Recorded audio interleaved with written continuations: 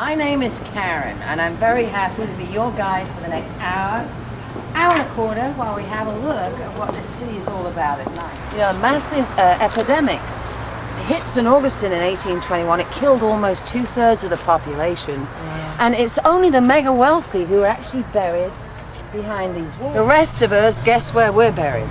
Under here. Right, we're standing on them. When the coma victim was getting ready to be thrown in the casket, they paid the grave digger to tie a long string on the little finger of that coma victim. They tie that string to the clamp of the bell. Close up the casket. If the body came out of the coma, hopefully it would move. Pull the string, ring the bell. There are two phrases that come from yellow fever days in the 1800s. Saved by the bell. Second phrase is the graveyard shift.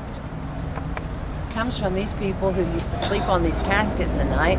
But what about this one? I've often thought maybe this one also stems from it, but I doubt it. What about a dead ringer?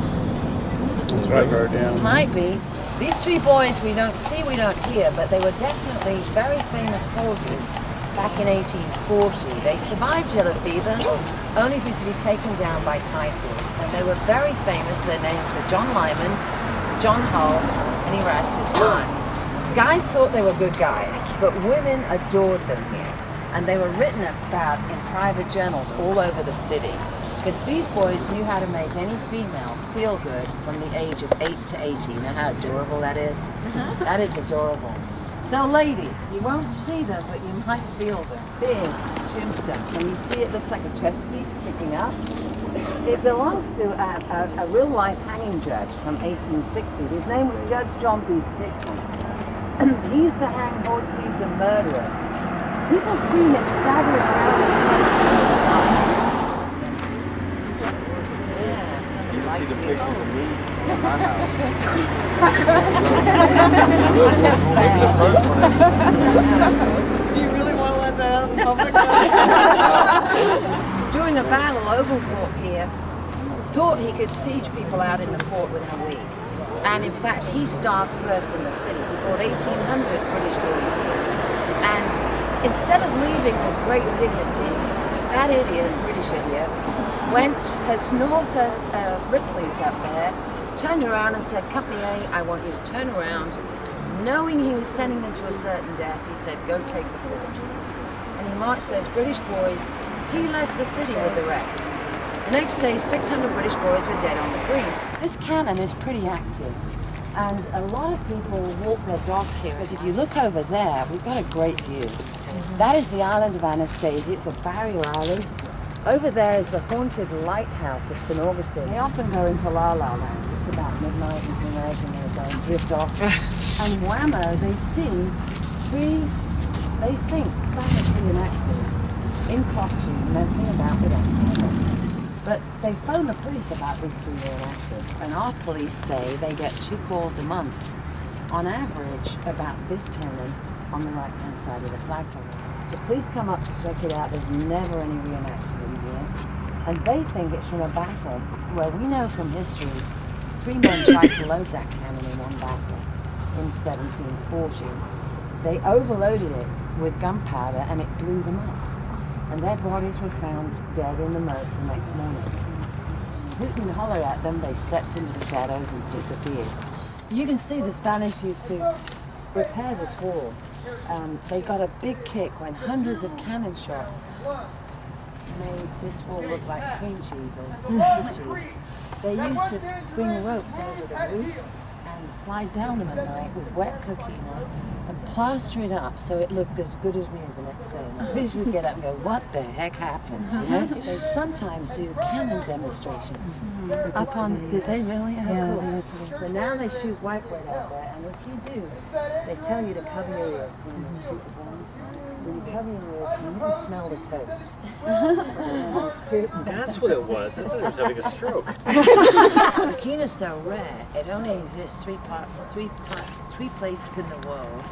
One is on this island in the US, one is in Puerto Rico, and the other quarry is in Cuba. And that's the only 3 places that exist. So this is worth a fortune. I mean, it's priceless. You can't ever replace it. I've had quite a few paranormal film crews come out here, and they have measured the gun deck along by the execution wall. They say it measures off the Richter scale as far as paranormal energy goes. Now that is Cal over there, who loves to hug that wall. Oh, he's going. I bless his heart. He must have As if on cue. This is the execution wall, and these holes were made by musket shot. You can see as time went on how the shot got bigger as the guns got bigger. See, the person standing here would probably be known to 400 or 500 firing squad. It was a really small community, and this man could have even been their brother. So they couldn't save their friend's life, but they were allowed to fire above his head, so as not to have the death of their friend on their conscience. This is the corner that measures off the Richter scale as far as paranormal energy goes. We've been told many spirit soldiers like to come back. They managed to find one of the secret rooms because a cannon fell through the roof in 1833, fallen inside a secret room.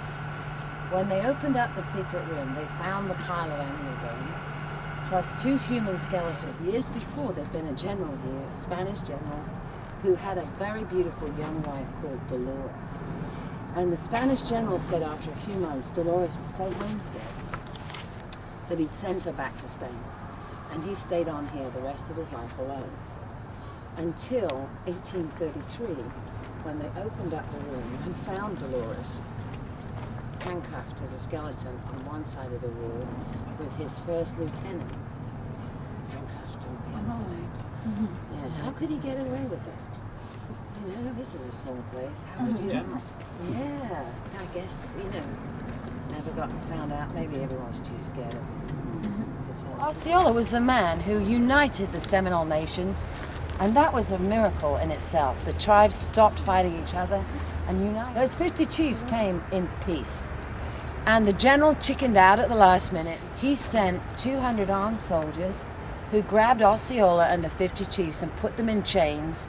They were dragged along this very walk, over that drawbridge, and thrown into one jail cell right behind this wall. That Osceola was so heartbroken, he'd been so foolish as to trust the white man's word again, that he got very sick. And when he got sick, the general got terrified. So he got a doctor to send Osceola as far away from St. Augustine as he could. And that doctor got him as far as Fort Moultrie in the South Carolina, near Charleston. And that's where Osceola died. He actually smuggled in a bone saw and hacked off the head of that Indian. Osceola was buried without his head. This was a great tragedy, which the doctor knew very well. It was wicked, because Seminoles even today believe in their hearts that if they're not buried with every major body part, they cannot go on to their next lifetime. There are some ghost books that tell you he haunts up here on a Tuesday night at 10:30. He's a very strong face, and you might see that face in the wall. It's a coincidence. Nobody's actually manufactured this. As it's worn off, can you see a half face of an Indian in white stucco? I see. Yeah. Big old white chin and a black mouth, 2 nostrils and an eye.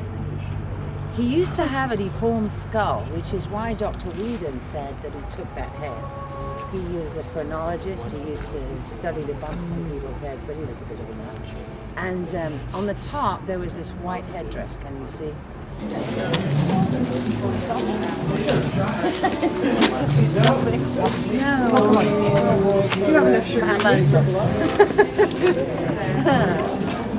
So we've made it. We've come to the last stop of the tour, everybody. And you can see we're back on St. George Street. If you haven't done the walk yet, there's 4 blocks down here which you could photograph as second floor balconies. They're pretty active at night. Pretty good time of the night to walk and take shots. However, this house here is the oldest wooden schoolhouse in Florida, and it is reputedly haunted on the 2nd floor by a woman who lost her 2 children in that terrible 1821 epidemic of yellow fever. Once in a blue moon, people get a picture of this window on the side, and they see a woman's face very sadly looking down the street. Thank you so much for coming on the ghost tour tonight.